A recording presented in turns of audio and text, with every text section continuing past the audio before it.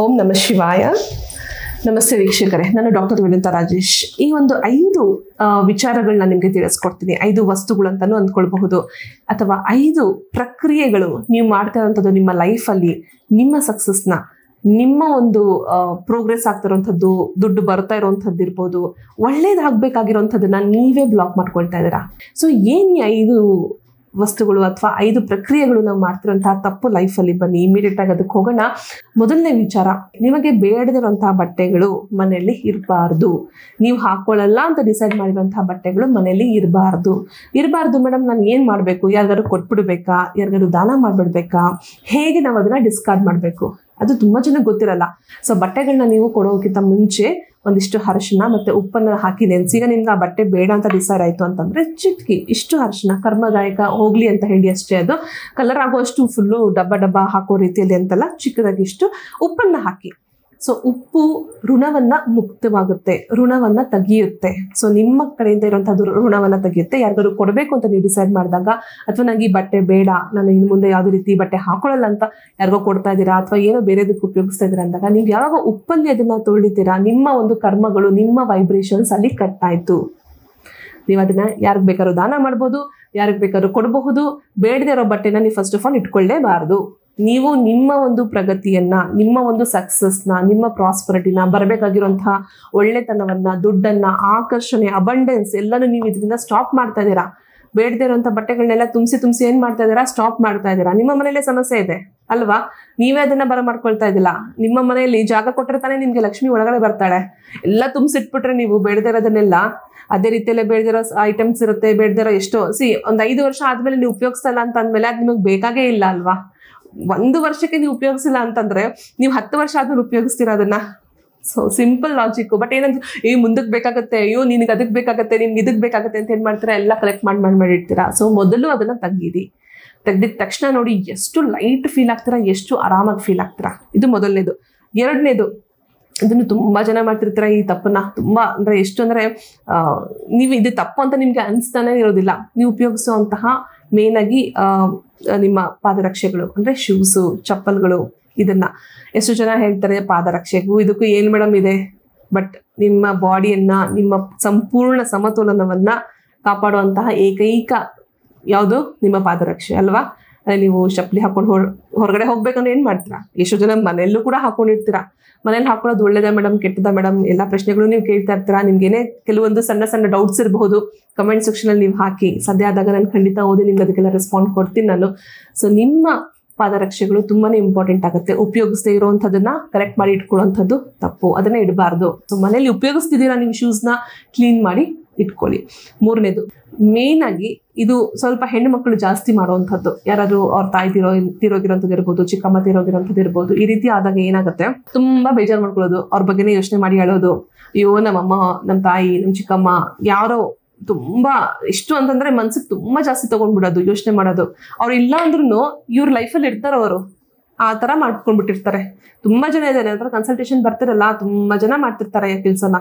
ಹೋಗ್ಬಿಟ್ಟಿರ್ತಾರೆ, ಸತ್ತೋಯ್ತು, ಅವ್ರ ಲೈಫ್ ಮುಗೀತು, ಅವರ ಒಂದು ಜೀವನ ಇಲ್ಲಿಗೆ ಬಂದು ಹೋದ ಮೇಲೆ ಅವರ ಒಂದು ಟರ್ಮ್ ಮುಗೀತು. ಅವ್ರು ಆಲ್ರೆಡಿ ಅವರ ಮುಕ್ತಿಯನ್ನ ಹುಡ್ಕೊಂಡು ಹೋಗ್ಬಿಟ್ಟಿದ್ದಾರೆ. ಬಟ್ ನೀವ್ಯಾಕೆ ಅವ್ರ ಬಗ್ಗೆ ಯೋಚನೆ ಮಾಡಿ ಇಷ್ಟೆಲ್ಲ ಕೆಡಿಸ್ಕೊತಾ ಇದ್ದೀರಾ ಅಲ್ವಾ? ಬಿಟ್ಬಿಡಿ, ಆ ಯೋಚನೆ ಬಿಡಿ. ಅವ್ರು ನಿಮ್ಗೆ ಬರೀ ಒಂದು ಜ್ಞಾಪಕವಾಗಿರ್ಬೇಕು, ಮೆಮೊರಿ ಆಗಿರ್ಬೇಕಷ್ಟೇ. ಹೆಂಗ್ ತಗೊಂಡ್ಬಿಟ್ಟಿರ್ತಾರೆ ಅಂದ್ರೆ ಅವ್ರು ಇನ್ನೂ ನಿಮ್ ಜೀವನದಲ್ಲಿ ಇದ್ದಾರೆ. ಅವ್ರ ಬಟ್ಟೆಗಳನ್ನ ಇಟ್ಕೊಳ್ಳೋದು, ಅವ್ರ ವಸ್ತುಗಳನ್ನ ಇಟ್ಕೊಳ್ಳೋದು, ಅವರ ಎಲ್ಲ ಪ್ರತಿಯೊಂದನ್ನು ಇಟ್ಕೊಳ್ಳೋದು, ಈ ರೀತಿ ಎಲ್ಲ ಮಾಡೋದು. ತುಂಬಾ ಕನ್ಫ್ಯೂಷನ್ಸ್ ಅಲ್ಲಿ ಇರ್ತೀರಾ. ಏನ್ ಮಾಡ್ಬೇಕು, ಬಿಡಕ್ಕಾಗಲ್ಲ. ಅವ್ರು ತುಂಬಾ ಇಷ್ಟ ಆಗ್ಬಿಟ್ಟಿರ್ತಾರೆ, ಆ ವ್ಯಕ್ತಿ ಹೋಗ್ಬಿಟ್ಟಿರ್ತಾರೆ. ಇವೆಲ್ಲ ಹೋದ ಮೇಲೆ ಆ ವ್ಯಕ್ತಿ ಅವರು ಬರೀ ನಿಮ್ಗೆ ಜ್ಞಾಪಕ, ಅವರ ಆಶೀರ್ವಾದಗಳು ಬೇಕು. ಅವ್ರು ನಿಮಗೆ ಅಂತ ಬಿಟ್ಟು ಹೋಗಿರೋಂಥದ್ದನ್ನ ಮಾತ್ರ ಉಪಯೋಗಿಸಿ. ಬಟ್ಟೆಗಳನ್ನು ಅಷ್ಟೇ ಯಾರಿಗಾರು ದಾನ ಮಾಡೋದು ತುಂಬಾ ಒಳ್ಳೇದು. ಹೋಗ್ಬಿಟ್ಟಿರ್ತಾರೆ, ನೀವೇನು ನಾನು ಹೇಳ್ದಂಗೆ ಆ ಒಂದು ಕ್ಲೆನ್ಸಿಂಗ್ ಮಾಡ್ಬೇಕಾಗಿರೋ ಅಗತ್ಯ ಇಲ್ಲ. ಯಾರಿಗಾರು ದಾನವಾಗಿ ಕೊಡಬಹುದು. ನೀವು ಉಪಯೋಗಿಸೋಂಥದ್ದು ಬೇಡ, ಖಂಡಿತ ಬೇಡ. ಮೇಡಮ್ ಹಂಗಾರೆ ಒಳ್ಳೊಳ್ಳೆ ಸೀರೆಗಳು ಮೇಡಮ್, ತುಂಬಾ ಕಾಸ್ಟ್ಲಿ ಸೀರೆ, ಇನ್ನು ಮಾಡ್ಲಿಕ್ಕಾಗಲ್ಲ. ಬಟ್ ಅದು ಯಾವಾಗ ಆ ವೈಬ್ರೇಷನ್ಸ್ ನಿಮ್ಮಲ್ಲಿ ಬರುತ್ತೆ, ಎಷ್ಟೋ ಜನಕ್ಕೆ ಅವಾಗ್ಲೇನೆ ಪೊಸೆಸ್ ಆಗುವಂಥದ್ದು. ಹೌದು, ಸ್ಪಿರಿಟ್ಸ್ ಬರುವಂಥದ್ದು, ಪೊಸೆಸ್ ಆಗುವಂಥದ್ದು. ಯಾಕಂದ್ರೆ ಹೋಗೋರ್ಗು ಕೂಡ ಆಸೆ ಇದ್ದೇ ಇರುತ್ತಾ. ಯಾರೋ ಒಬ್ರು ಅಕಾಲಿಕ ಮರಣ ಆಗಿರೋಂಥವ್ರಿಗೂ ಆಸೆ ಇರುತ್ತಾ. ಸೊ ಹಾಗಾಗಿ ಎಷ್ಟೋ ಸಲ ಅದು ನಿಮಗೆ ಅಂದ್ರೆ ನಿಮ್ಗೆ ಅದು ಪಾಸ್ ಆಗೋ ಚಾನ್ಸಸ್ ಇರುತ್ತೆ. ಸೊ ಆದಷ್ಟು ಹಂಗಾರೆ ಬೇರೆಯವ್ರಿಗೆ ಪಾಸ್ ಆಗಲ್ವಾ ಅಂತಲ್ಲ, ಯಾಕೆ ಅಂದ್ರೆ ನಿಮ್ಮ ಮೇಲೆ ಹೆಚ್ಚು ಒಲವಿರುತ್ತೆ. ಹೋದವರೆಗೂ ನನ್ನ ಮಕ್ಕಳು, ನನ್ನ ಫ್ಯಾಮಿಲಿ ಅನ್ನುವಂಥದ್ದು ಹೆಚ್ಚು ಒಲವಿರುತ್ತೆ. ಸೊ ಯಾವುದೇ ಇರಲಿ ಬಟ್ಟೆಗಳು ಮತ್ತೆ ಒಡವೆಗಳಿರುತ್ತೆ ಮೇಡಮ್, ಅದನ್ನು ಉಪಯೋಗಿಸಬಹುದಾ, ಮಾಡಬಹುದು. ಅದಕ್ಕೂ ಕೂಡ ಕ್ಲೆನ್ಸಿಂಗ್ ಪ್ರಾಸೆಸ್ ಇರುತ್ತೆ, ಅದು ಸಪ್ರೇಟ್ ಆಗಿ ನಿಮ್ಗೆ ಯಾವ್ದಾದ್ರು ಬೇರೆ ಒಂದು ಕಾರ್ಯಕ್ರಮದಲ್ಲಿ ತಿಳಿಸ್ಕೊಡ್ತೀನಿ. 4ನೇದು ತುಂಬಾ ಇಂಪಾರ್ಟೆಂಟ್ ಆಗಿರುವಂತದ್ದು, ಮನೆಯಲ್ಲಿರುವಂತಹ ಬೆಡ್ಶೀಟ್ಸ್ ನ ಕ್ಲೀನ್ ಮಾಡ್ಕೊಳ್ಳಿ. ಪ್ರತಿಯೊಂದನ್ನು ಕೂಡ ನಾನು ಹೇಳಿದೆ, ಮನೆಯನ್ನ ದೇವಸ್ಥಾನದ ರೀತಿಯಲ್ಲಿ ನೋಡ್ಕೊಳ್ಳಿ. ಎಸ್, ದೇವಸ್ಥಾನ ಅಂತಂದ್ರೆ ಎಲ್ಲ ಪ್ರತಿಯೊಂದು ಕೂಡ ನಿಮ್ಮ ಮನೆಯನ್ನ ಎಷ್ಟು ಚೆನ್ನಾಗಿ ವಿಂಡೋಸ್ ಓಪನ್ ಮಾಡಿ, ಒಳ್ಳೊಳ್ಳೆ ಕರ್ಟನ್ಸ್ ಹಾಕಿ, ಒಳ್ಳೊಳ್ಳೆ ಪ್ಲಾಂಟ್ಸ್ ಇಡಿ, ಒಳ್ಳೆ ರೀತಿಯಲ್ಲಿ ಗಾಳಿ ಬೆಳಕು ಹೆಚ್ಚು ಚೆನ್ನಾಗಿ ಬರಬೇಕು. ತುಂಬಾ ಜನ ಇದನ್ನ ಅಬ್ಸರ್ವ್ ಮಾಡ್ತಾರೆ, ಗಾಳಿ ಬೆಳಕಿರುವಂತಹ ಮನೆಗಳಿಗೆ ಹೋಗ್ತಾರೆ. ತುಂಬಾ ಒಳ್ಳೆ ಕೆಲವ್ರ ಮನೆಗಳಿಗೆ ನೀವು ಹೋಗಿ ನೋಡಿ, ತುಂಬಾ ಒಂಥರ ಕತ್ಲೆ ಇರುತ್ತೆ, ಏನೋ ಒಂಥರ ತುಂಬಾ ಕೆಟ್ಟ ದುರ್ವಾಸನೆಗಳು ಇರುತ್ತೆ, ಕೆಟ್ಟದಾಗಿರುತ್ತೆ, ಚೆನ್ನಾಗಿರಲ್ಲ. ಒಳ್ಳೆ ಪರ್ಫ್ಯೂಮ್ ಹಾಕಿ, ಒಳ್ಳೆ ನಾನು ನಿಮ್ಗೆ ತಿಳಿಸ್ಕೊಡ್ತಾ ಇರ್ತೀನಿ, ಏನು ಎಸೆನ್ಷಿಯಲ್ ಆಯಿಲ್ಸ್ ಹೇಳಿರ್ತೀನಿ ಅಂತ.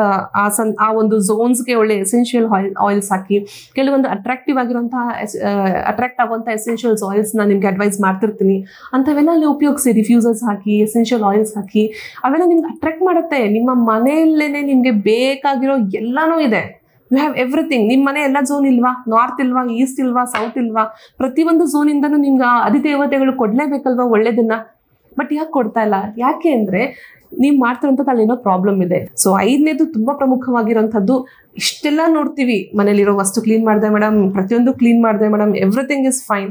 ನನ್ನನ್ನು ನಾನು ಯೋಚನೆ ಮಾಡ್ತಾ ಇಲ್ಲ ಅಲ್ವಾ? ಅಯ್ಯೋ, ಎಷ್ಟು ಜನ ಇಲ್ಲಿ ಬರ್ತಾರಲ್ಲ ಕನ್ಸಲ್ಟೇಷನ್ಗೆ, ನಾನು ಕೇಳ್ತೀನಿ, ಅವ್ರ ಬಗ್ಗೆ ಕೇಳೋದೇ ಇಲ್ಲ. ಮಗನ ಬಗ್ಗೆ ಕೇಳ್ತಾರೆ, ಮಗಳ ಬಗ್ಗೆ ಕೇಳ್ತಾರೆ, ಗಂಡನ ಬಗ್ಗೆ ಕೇಳ್ತಾರೆ. ಎಲ್ಲರದು ಚೆನ್ನಾಗಿರ್ಬೇಕು ಮೇಡಮ್, ನಿಮ್ ಬಗ್ಗೆ ಕೇಳಿಮ್ಮ. ನನ್ನ ಬಗ್ಗೆ ಏನಿದೆ ಮೇಡಮ್, ಅವರೆಲ್ಲ ಚೆನ್ನಾಗಿದೆ, ನಾನು ಆರಾಮಾಗಿದ್ದಂಗೆ. ನಿಮಗೂ ಕೂಡ ಎಫೆಕ್ಟ್ಸ್ ಆಗ್ಬಹುದು, ನಿಮಗೂ ಏನಾದ್ರು ಕಾಯಿಲೆಗಳು ಬರಬಹುದು, ಏನಾದ್ರೂ ಸಮಸ್ಯೆಗಳಾಗಬಹುದು, ಮನೇಲಿ ಏನೋ ಒಂದು ಯಾವುದೋ ಒಂದು ಗ್ರಹಗಳಿಂದ ನಿಮ್ಗೂ ಕೂಡ ಏನಾದ್ರೂ ಸಮಸ್ಯೆ ಆಗ್ಬಹುದು, ನಿಮ್ಮಿಂದ ನಿಮ್ಮ ಫ್ಯಾಮಿಲಿಗೆ ಎಫೆಕ್ಟ್ ಆಗ್ಬೋದು ಅಲ್ವಾ? ಈವನ್ ಗಂಡ್ಮಕ್ಳು ಮಾಡ್ತಾರೆ, ಹೆಂಡತಿ ಬಗ್ಗೆ ಕೇಳ್ತಾರೆ, ಮಕ್ಳ ಬಗ್ಗೆ ಕೇಳ್ತಾರೆ, ಎಜುಕೇಶನ್ ಕೇಳ್ತಾರೆ, ಅವ್ರ ಸಕ್ಸಸ್, ಫ್ಯೂಚರು, ಯಾರು ಮದುವೆ ಆಗ್ತಾರೆ, ಹೇಗೆ ಎಲ್ಲ ಕೇಳ್ಕೊಳ್ತಾರೆ. ತಮ್ಮ ಬಗ್ಗೆ ತಾವು ಕೇಳೋದೇ ಇಲ್ಲ, ಅದು ಸಮಸ್ಯೆ ಆಗುತ್ತೆ. ಯಾಕಂದ್ರೆ ನಮ್ಮ ಬಗ್ಗೆ ನಾವು ಮೊದಲು ಥಿಂಕ್ ಮಾಡಬೇಕು. ಸೊ ನಮ್ಮ ಒಂದು ಆರೈಕೆ ಮಾಡ್ಕೊಳ್ಬೇಕು. ನಮ್ಮ ಆರೈಕೆ ಅಂತಂದ್ರೆ ನಾನು ನಿಮ್ಗೆ ಅಡುಗೆ ಮಾಡ್ತಿಲ್ಲ ಅಥವಾ ಊಟ ಮಾಡ್ತಿಲ್ಲ ಅಂತಲ್ಲ, ಕ್ಲೆನ್ಸ್ ಮಾಡ್ಕೊಳ್ತಾ ಇರಬೇಕು, ಮೆಡಿಟೇಷನ್ ಮಾಡಬೇಕು, ಹೆಚ್ಚಾಗಿ ದೇವ್ರ ಪೂಜೆಗಳು ಮಾಡುವಂಥದ್ದು. ತುಂಬಾ ಜನ ದೇವರಲ್ಲಿ ಹೆಚ್ಚು ಬಿಲೀವ್ ಇದ್ದು ಅಂತಂದ್ರೆ ದೇವ್ರ ಪೂಜೆ ಮಾಡುವಂಥದ್ದು ಪ್ರತಿನಿತ್ಯ, ಅದನ್ನ ನೀವು ಶುಚಿವರಾಗಿ ಪ್ರತಿಯೊಂದು ಆ ಒಂದು ಸನಾತನ ಧರ್ಮದ ಒಂದು ಪಾಲಿಸೀಸ್ ಏನಿರ್ತದನ್ನೆಲ್ಲ ನೀವು ಅಡಾಪ್ಟ್ ಮಾಡ್ಕೊಂಡಿರ್ತೀರಾ, ಫಾಲೋ ಮಾಡ್ತಾ ಇರಬೇಕು. ನಿಮ್ಮನ್ನು ಸಹ ನೀವು ಗಮನದಲ್ಲಿ ಇಟ್ಕೋಬೇಕು. ನಿಮ್ಮ ಆರೋಗ್ಯ, ನಿಮ್ಮ ಆರೈಕೆ, ನಿಮ್ಮ ಒಂದು ಮ್ಯಾನಿಫೆಸ್ಟೇಷನ್ ಅಂದ್ರೆ ನೀವೇನು ಅನ್ಕೊಂಡಿದ್ದೀರಾ, ಏನ್ ಅನ್ಕೊಂತೀರಾ, ಮನೆ ಚೆನ್ನಾಗಿರ್ಲಿ, ಮಕ್ಕಳು ಚೆನ್ನಾಗಿರ್ಲಿ, ಗಂಡ ಚೆನ್ನಾಗಿರ್ಲಿ, ಒಳ್ಳೆ ಸಂಪಾದನೆ ಆಗ್ಲಿ, ನಮ್ಮ ಕಷ್ಟಗಳೆಲ್ಲ ಪರಿಹಾರ ಆಗ್ಲಿ ಅಲ್ವಾ? ಇದೇ ಅಲ್ವಾ ನೀವು ಕೇಳೋದು? ಒಳ್ಳೆ ಮನೆ ಮಾಡೋ ರೀತಿಯಲ್ಲಾಗ್ಲಿ, ಒಳ್ಳೆ ನನ್ನ ಮಕ್ಕಳೆಲ್ಲ ಒಳ್ಳೆ ಕಡೆ ಸಂಬಂಧ ಬರಲಿ, ಒಳ್ಳೆ ಮದುವೆ ಆಗ್ಲಿ, ಲೈಫಲ್ಲಿ ಸೆಟ್ಲ್ ಆಗ್ಲಿ. Correct, right? ಇನ್ನೇನು ಕೇಳ್ಕೊಳ್ತೀರಾ? ಸೊ ಇವೆಲ್ಲನೂ ಕೇಳ್ಕೋಬೇಕು ಅಂದ್ರೆ ನಿಮ್ಮ ಮನಸ್ಥಿತಿ, ನಿಮ್ಮ ಒಂದು ಪರಿಪೂರ್ಣತೆ ಹೆಚ್ಚಾಗಿ ಇಂಪಾರ್ಟೆಂಟ್ ಆಗುತ್ತೆ. ಸೊ ನಿಮ್ಮ ಕ್ಲೆನ್ಸಿಂಗು ಯಾವಾಗ ವರ್ಕ್ ಆಗುತ್ತೆ, ಆವಾಗಲೇ ಇಷ್ಟು 5 ಟೆಕ್ನಿಕ್ಸ್ ಕೂಡ ನಿಮ್ಮ ಲೈಫಲ್ಲಿ ಹೆಚ್ಚಾಗಿ ಎಷ್ಟು ಇವೆಲ್ಲ ಮಾಡಿದ್ಮೇಲೆ ನೋಡಿ ಎಷ್ಟು ಲೈಟ್ ಫೀಲ್ ಆಗ್ತೀರಾ ಅಂತಂದ್ರೆ ನಿಮ್ಗೆ ಅಪಾರವಾಗಿರುವಂತಹ ಒಂದು ಶಕ್ತಿ, ಅಪಾರವಾಗಿರುವಂತಹ ಒಂದು ನೆಮ್ಮದಿ ನಿಮಗೆ ಅನ್ಸುತ್ತೆ. ಅಪ್ಪ ಎಷ್ಟು ಆರಾಮ್ ಅನ್ಸ್ತಾ ಇದೆ. ಎಷ್ಟೋ ಜನ ಹೆಣ್ಮಕ್ಳು ಹೇಳ್ತಾರೆ, ನನ್ನ ಮನೆಯೆಲ್ಲ ಕ್ಲೀನ್ ಮಾಡಿದ್ರೆ ನಂಗೆ ಒಂಥರ ತುಂಬಾ ಸಮಾಧಾನ ಆಗುತ್ತೆ ಮೇಡಮ್, ತುಂಬಾ ಚೆನ್ನಾಗಿ ಅನ್ಸುತ್ತೆ, ಫೀಲ್ ಆಗುತ್ತೆ. ಬಟ್ ಒಂದೊಂದ್ಸಲ ನಂಗೆ ಮಾಡೋಕ್ಕೆ ಆಗಲ್ಲ, ಅದೇನಂತ ಗೊತ್ತಿಲ್ಲ, ಏನೋ ಒಂಥರ ನೆಗೆಟಿವ್ ಫೀಲ್ ಆಗುತ್ತೆ ಅಂತ ಹೇಳ್ತಿರ್ತಾರೆ. ಯಾಕೆ? ಇವೆಲ್ಲ ನಿಮ್ಗೆ ಕಾರಣವಾಗಿರುತ್ತೆ. ಅನ್ವಾಂಟೆಡ್ ಥಿಂಗ್ಸ್ ಇರ್ಬೋದು, ಬ್ರೋಕನ್ ಆಬ್ಜೆಕ್ಟ್ಸ್ ಇರ್ಬೋದು, ಏನೋ ವಸ್ತುಗಳು ಕಿತ್ತೋಗಿರುತ್ತೆ, ಮುರಿದೋಗಿರುತ್ತೆ, ಅವನ್ನೆಲ್ಲ ಎತ್ತಿಟ್ಟಿರ್ತೀರಾ, ಕವರಲ್ಲಿ ಹಾಕಿಟ್ಟಿರ್ತೀರಾ, ಕೆಲವರನ್ನ ಗ್ಲೂ ಹಾಕಿ ಮತ್ತೆ ಮತ್ತೆ ಮೆತ್ಸಿ ಇಟ್ಟಿರ್ತೀರಾ, ರೈಟ್? ಏನೇನೋ ಮಾಡಿರ್ತೀರಾ. ಇವೆಲ್ಲ ಒನ್ಸ್ ಗಾನ್. ಹಳೇದನ್ನ ಇಟ್ಕೊಂಡು ಲೈಫ್ನ ಲೀಡ್ ಮಾಡಬೇಡಿ. ಯಾರೋ ನಿಮ್ಮನ್ನ ತುಂಬಾ ಇಷ್ಟಪಡ್ತಿದ್ರು, ಆ ವ್ಯಕ್ತಿನೇ ನೆನ್ಸ್ಕೊಳ್ತಾ ಇರೋದು, ಆ ವ್ಯಕ್ತಿ ನೆನ್ಸ್ಕೊಳ್ಳೋದು, ಇರೋಂತಹ ವ್ಯಕ್ತಿನ ಗಮನಿಸೋದೇ ಇಲ್ಲ. ಅವ್ನು ಹಂಗೆ ನೋಡ್ಕೊತಿದ್ರು, ಇವ್ರು ಹಿಂಗೆ ನೋಡ್ಕೊಳ್ತಿದ್ರು, ಇವ್ರು ಹಿಂಗೆ ನೋಡ್ಕೊಳ್ತಾ ಇದ್ದಾರೆ. ವಾಟ್ ಯು ಹ್ಯಾವ್ ಪ್ರೆಸೆಂಟ್, ನಿಮ್ಮ ಪ್ರೆಸೆಂಟ್ ಏನಿದೆ ಗಮನದಲ್ಲಿ ಇಟ್ಕೊಳ್ಳಿ. ನಿಮ್ಮ ಪ್ರೆಸೆಂಟ್ನ ಎಂಜಾಯ್ ಮಾಡಿ, ಪಾಸ್ನ ಬಿಡಿ. ಹೋಯ್ತು, ಹಳೆದಾಯ್ತು. Whatever happen is happen. ಅದು ನಿಮ್ಮ ಜೊತೆಲಿ ಇಲ್ವಲ್ಲ. ಈಗ ನಿಮ್ಮ ಜೊತೆಲಿ ಏನಿದೆ ನೀವು ಅದನ್ನ ಎಂಜಾಯ್ ಮಾಡೋದ್ ಬಿಟ್ಟು ಹಳೆದನ್ನೇ ಇಟ್ಕೊಂಡಿದ್ರೆ, ಯಾರೋ ಸತ್ತೋಗಿರ್ತಾರೆ, ತುಂಬಾ ಇಂಪಾರ್ಟೆಂಟ್ ಆಗಿರೋಂಥ ವ್ಯಕ್ತಿ, ಅಯ್ಯೋ ನಮ್ಮ ತಾತ ನನ್ನ ತುಂಬಾ ಚೆನ್ನಾಗಿ ನೋಡ್ಕೊತಾ ಇದ್ರು, ಅವ್ರ ಆಶೀರ್ವಾದಗಳನ್ನ ಎಕ್ಸ್ಪೆಕ್ಟ್ ಮಾಡಿ ಅಲ್ವಾ? ಅವರು ನಿಮ್ಮ ಜೊತೆಲಿ ಇರಬೇಕು ಅಂದ್ರೆ ಹೇಗೆ ಸಾಧ್ಯ ಆಗುತ್ತೆ? ಎಲ್ಲರಿಗೂ ಆ ಒಂದು ಟರ್ಮ್, ಒಂದು ಲೈಫ್ ಅನ್ನೋದು ಇದ್ದೇ ಇರುತ್ತೆ. ನಾವೇ ಇದನ್ನೆಲ್ಲ ಎಷ್ಟು ಸಲ ಏನ್ ಮಾಡ್ತೀವಿ, ಹಿಡ್ದಿಟ್ಕೊಂಡಾಗ್ಲೇ ಏನಾಗುತ್ತೆ, ನಮ್ಮ ಲೈಫಲ್ಲಿ ನಾವು ಮುಂದೆ ಬರ್ಲಿಕ್ಕೆ ಸಾಧ್ಯ ಆಗಲ್ಲ. ಸೊ ಇದೇ ನಿಮ್ಗೆ ಲಾ ಆಫ್ ಅಟ್ರಾಕ್ಷನ್ಗೆ ಸ್ಟಾಪ್ ಆಗುವಂಥದ್ದು. ಲಾ ಆಫ್ ಅಟ್ರಾಕ್ಷನ್ ನಿಮ್ಗೆ ಯಾಕೆ ಆಗ್ತಾ ಇಲ್ಲ ಅಂದ್ರೆ ಇದೇ ಸಮಸ್ಯೆಗಳಿಂದ. ಕಾರ್ಯಕ್ರಮ ಇಷ್ಟ ಆಗಿದೆ ಅನ್ಕೊಳ್ತೀನಿ, ನನಗೆ ಗೊತ್ತು ಸ್ವಲ್ಪ ದೊಡ್ಡದಾಯ್ತು, ಬಟ್ ಆದ್ರೂ ಕೂಡ ನಿಮ್ಗೆ ತುಂಬಾ ಇಂಪಾರ್ಟೆಂಟ್ ಆಗಿರುವಂತಹ ವಿಚಾರಗಳು ಇದರಲ್ಲಿದೆ. ತುಂಬಾ ನೋಡ್ತಾ ಇರಿ. ಇವೆಲ್ಲ ಚೇಂಜಸ್ ಆದಾಗ ತುಂಬಾ ಜನ, ಆಕ್ಚುಲಿ ನಾನು ಕನ್ಸಲ್ಟೇಷನ್ ಅಲ್ಲಿ ತುಂಬಾ ಜನ ಕೊಟ್ಟಿದ್ದೀನಿ ಈ ಪರಿಹಾರಗಳು. ಬಟ್ ತುಂಬಾ ನೀವು ಮಾಡಿ ನೋಡಿದಾಗ ನಿಮ್ಮ ಒಂದು ಅನಿಸಿಕೆಗಳು, ನಿಮ್ಗೆ ಏನಾಯ್ತು, ಏನ್ ಫೀಲ್ ಆಯ್ತು ಕಾಮೆಂಟ್ ಸೆಕ್ಷನ್ ಅಲ್ಲಿ ಹಾಕಿ. ನಾನು ಸಹ ಅದನ್ನ ಓದಿ ತುಂಬಾನೇ ಸಂತೋಷ ಆಗುತ್ತೆ. ಹೇಳ್ತಾ ಕಾರ್ಯಕ್ರಮ ಮುಗಿಸೋಣ. ಸರ್ವೇ ಜನ ಸುಖಿನೋ ಭವಂತು, ಸನ್ಮಂಗಳಾನಿ ಭವಂತು. ಧನ್ಯವಾದಗಳು.